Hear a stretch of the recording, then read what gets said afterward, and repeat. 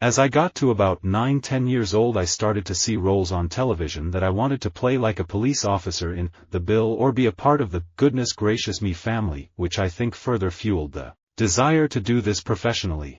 It wouldn't matter whether you were Latino or Hispanic or Norwegian. If you didn't have proof of citizenship, and if the police officer had reasonable suspicion, he would ask and verify your citizenship. I mean, that's the way that it is. That's what the federal law says. And that's what the law in Arizona says. One of the interesting things about being a female police officer in the 60s is they really didn't have opportunities to do any serious police work. They filed, and they made coffee, and they were treated like secretaries. Asking questions is an essential part of police investigation. In the ordinary sense, a police officer is free to ask a person for identification without implicating the Fourth Amendment. I went on a date once with a police officer, unbeknownst to me. I thought he was a regular guy, and when I found out that he was a police officer, I wasn't so into it. I got paranoid that I would illegally cross the street and get a ticket for jaywalking. Today I can announce a raft of reforms that we estimate could save over 2.5 million police hours every year. That's the equivalent of more than 1,200 police officer posts. These reforms are a watershed moment in policing. They show that we really mean business in busting bureaucracy. This anti-cop sentiment from this hateful ideology called Black Lives Matter has fueled this rage against the American police officer. Let's say you are driving in the UK, and you are pulled over by the police for speeding, and you try to bribe the police officer with £300 to walk away. I guarantee you that at least 99 times out of 100 you are going to end up in handcuffs, and you will be charged with the crime of trying to bribe a police officer.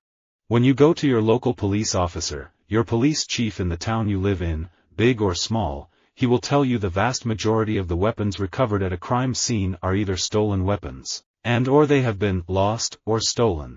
Becoming a police officer is a choice. It's not something you're born into.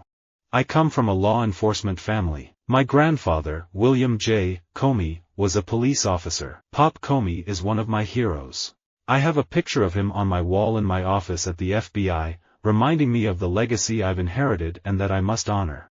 On a bus ride through China, my family and I had talked for hours before a police officer boarded to conduct an inspection. My mother and brother couldn't speak Chinese, so they pretended to be deaf and mute, and none of the Chinese passengers said anything, sparing us. You can't be afraid to put out a fire if you're a fireman. You can't be afraid to be a police officer and carry a gun if you're afraid to get up and go out there. So you've got to put that fear to the side and go out in faith to overcome that.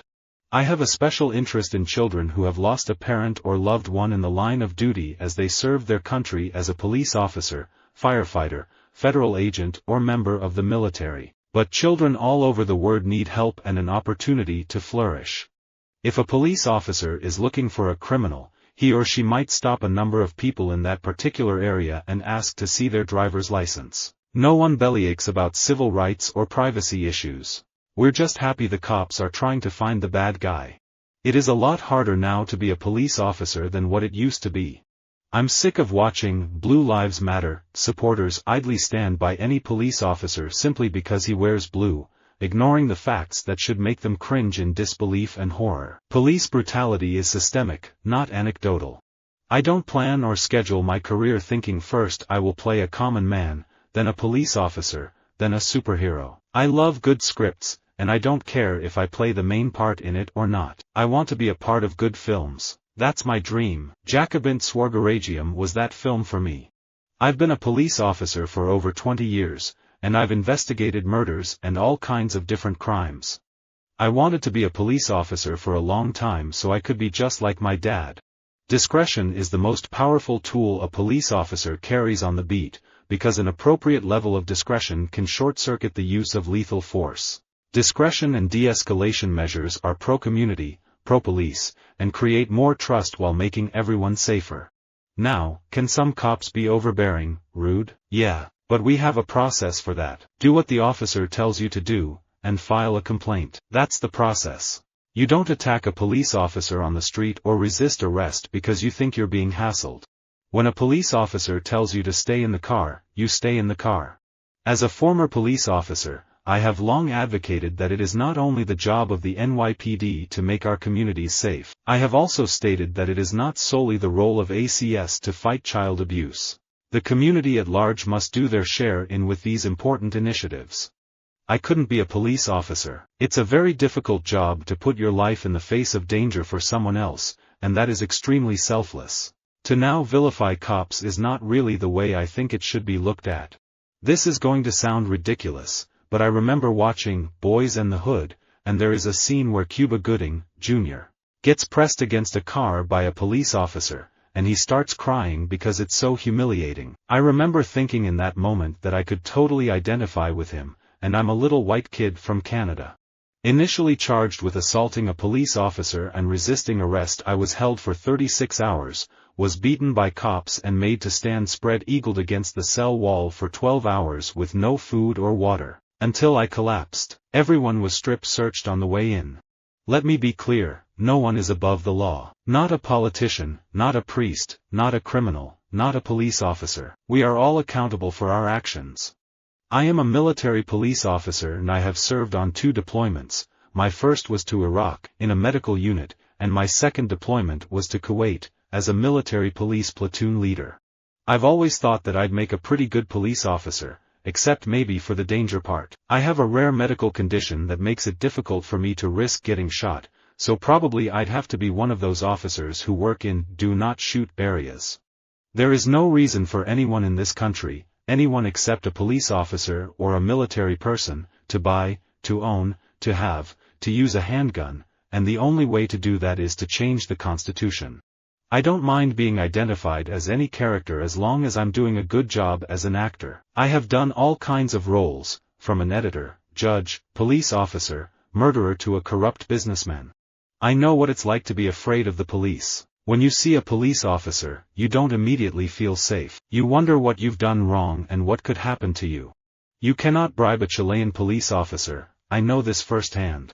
If any person, white, black, brown or yellow, objects to having a police officer potentially ask them for their ID, it makes me wonder what that person is trying to hide.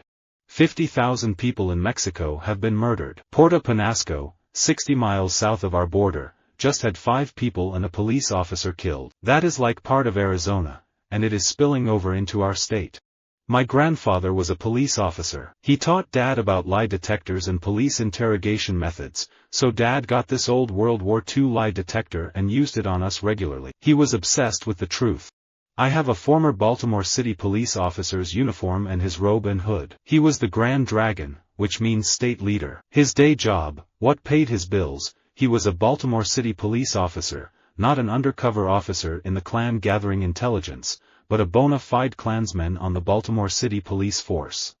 My mother's a police officer, so there was only so much trouble I could get myself into. But my father grew up on the other side. Lives are saved when those potential killers are confronted by a police officer, a strong police presence and actual, honest-to-goodness. Up close, what are you guys doing on this corner at 1 o'clock in the morning, policing? We need to be careful it doesn't drift away from us in the age of viral videos, or there will be profound consequences.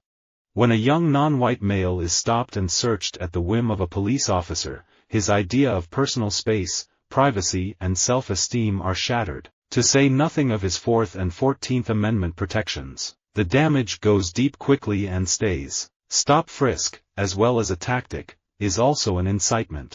The mugger who is arrested is back on the street before the police officer, but the person mugged may not be back on the street for a long time, if ever. I had a dream, when I was little, to become a police officer and a crime investigator.